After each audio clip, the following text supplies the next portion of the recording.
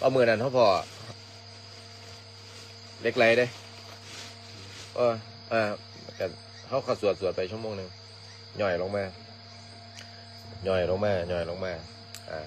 ก็เลยเอินเร่งไปเบิ่งเร่งเล็กไรซองไฟเบิ่งเพื่อสันออกมาจากห้างเด้ย่อยลงมาซ้ำหัวนิ้วโป้งนี่แหละยำเมาเยอะก็ยืดเขายืดออกถ้าคุยกันเร่งล่องใจมันเอาบ่เล็กเป็นนี่ก็หูสไตล์เขาเบาเขาได้เขาก็เลยบอก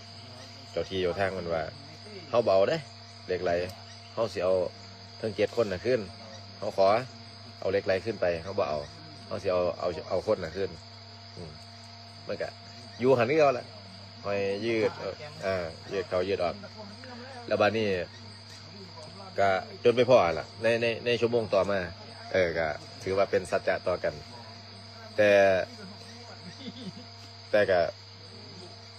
อย่าเข้าไปเอา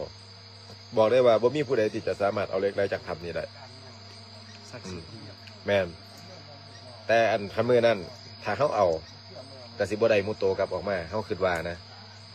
ก็เลยอธิษฐานบอกว่าเขาเบาได้เหล็กไหลเพราะโดยปกติส่วนตัวแล้วเนี่ยเข้าไปทำได้กระทั่งเข้าไปเห็ดเข้าไปว่าแต่เข้าสวดได้โหลดแต่เข้ามักเบิ่งคือว่าเหล็กไหลหมู่นี้น้ำเหล็กไหลหมู่นี้เป็นประมาณใดเขาเบาอีกเถอะเพราะว่าคิดว่าอียังกับบดีซ้ำคุณงามความดีอยู่น้ำตัวเจ้าของก็เลยเลือกที่จะบ่เอาไปทำได้กับพ่อเด้พ่อดูเหล็กไหลเนี่ยก็เลยอธิษฐานว่านี่แหละขอเอาคนกลับขึ้นมาในชั่วโมงต่อมาก็จะไปได้กลับขึ้นมาเขาถึงในผ้าโตขึ้นมา